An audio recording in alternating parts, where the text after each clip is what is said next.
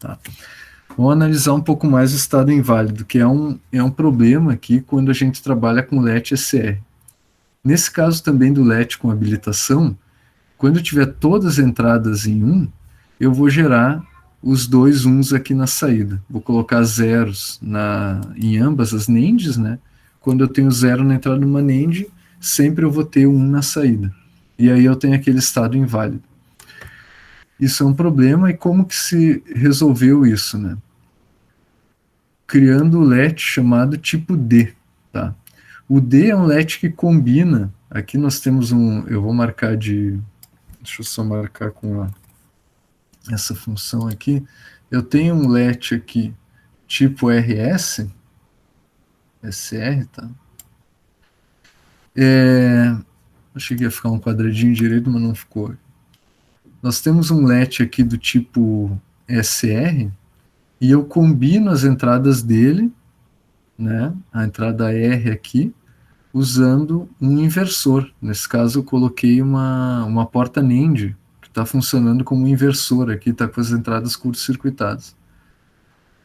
Ou seja, com essa única entrada D aqui, eu faço o R, se eu colocar 0 no D, eu faço o reset, e aí ele inverte aqui e faz o S igual a 1. Ou se eu colocar D igual a 1, eu faço o reset, inverto aqui o set igual a 0. Então tem uma única entrada para gravar 0 ou gravar 1, quando o habilita estiver habilitado. Então como que fica a tabela aqui? Quando a habilita for 0, tá? Não importa a entrada D, eu mantenho a informação gravada. Q e Q barrado ficam gravados. Então eu tenho a função trava aqui.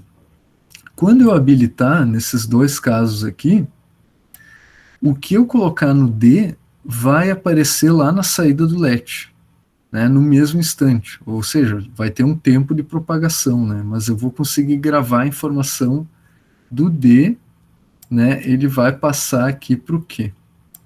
Tá? Sempre que eu habilita for 1. Então, se o D for 0, eu passo 0, se o D for 1, eu passo 1. Isso é chamado de LET tipo D, ou também LET transparente, né? Às vezes a gente ouve esse termo, LET transparente, eu esqueci de anotar aqui. Mas às vezes a gente vê ainda esse termo do LET transparente. Vejam esse diagrama de tempo de exemplo aqui, ó. Aqui eu tenho a entrada D e a entrada habilita do LET, a saída Q e a saída Q barrado.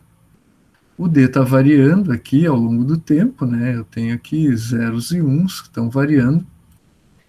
E a habilitação está variando aqui, ó, onde está marcado esses pontilhados aqui. Ó. Então posso até riscar aqui, daqui até aqui, eu estou habilitando, daqui até aqui, e daqui até aqui eu estou habilitando a alteração, a gravação de dados na saída. Então veja só, essa primeira situação, eu vou marcar em vermelho aqui, ó. A entrada D está variando, mas a saída não varia, continua em 0. E aqui o Q barrado continua em 1.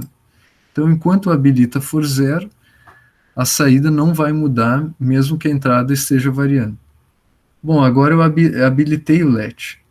Né? Habilitei ele, o que, que acontece? Eu faço a função dita do LET transparente. Então, vou marcar de azul aqui. Então, quando eu habilito, quando eu faço o habilita igual a 1, o D passa lá para o Q.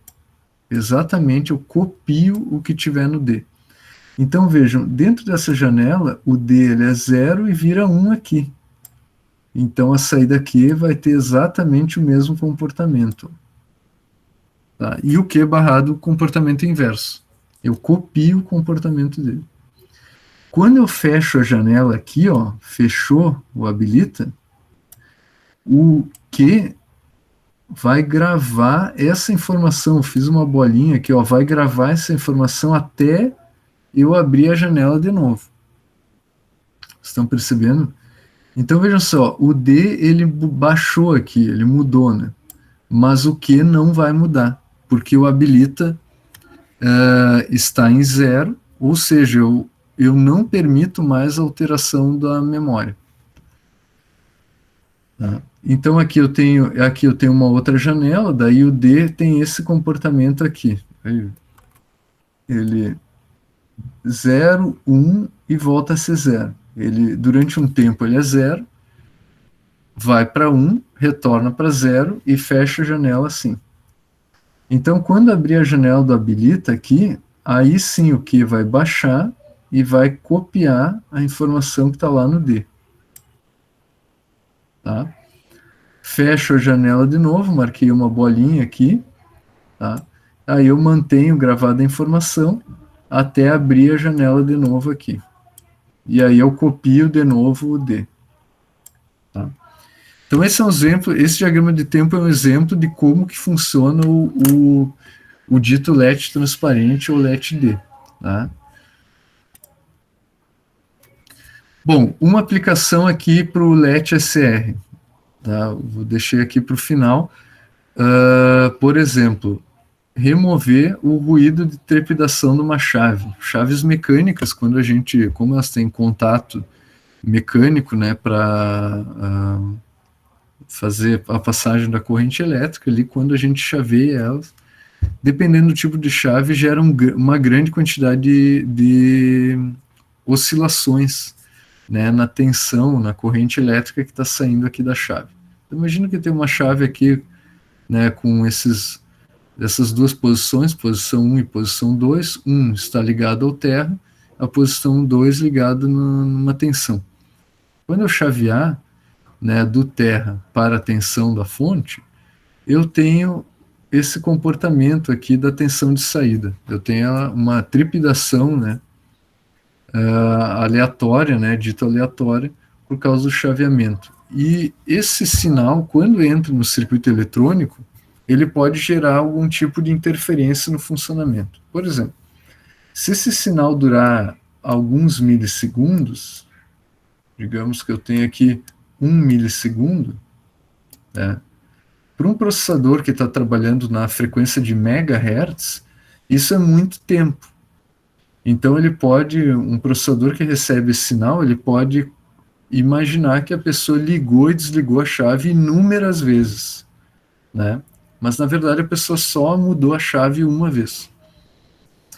Então, um exemplo de aplicação de LET-SR é para eliminar esse ruído de trepidação, que a gente faria o seguinte, ligaria a chave nesse formato aqui, ó, né?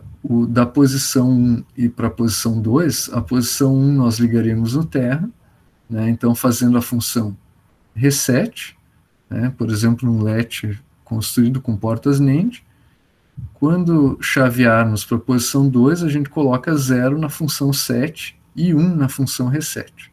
Então a saída aqui, a tensão de saída, ela chaveia instantaneamente, mesmo que haja trepidação aqui na entrada 7, então mesmo que aqui eu tenha aquele ruído de trepidação aqui no 7, a saída ela só vai mudar uma vez, né? Porque eu estou colocando uma sequência de zeros e uns no 7, mas na primeira vez que eu fizer o 7 aqui, a saída já vai gravar essa informação e não vai mais mudar. Então esse é um exemplo de aplicação para o LET-SR.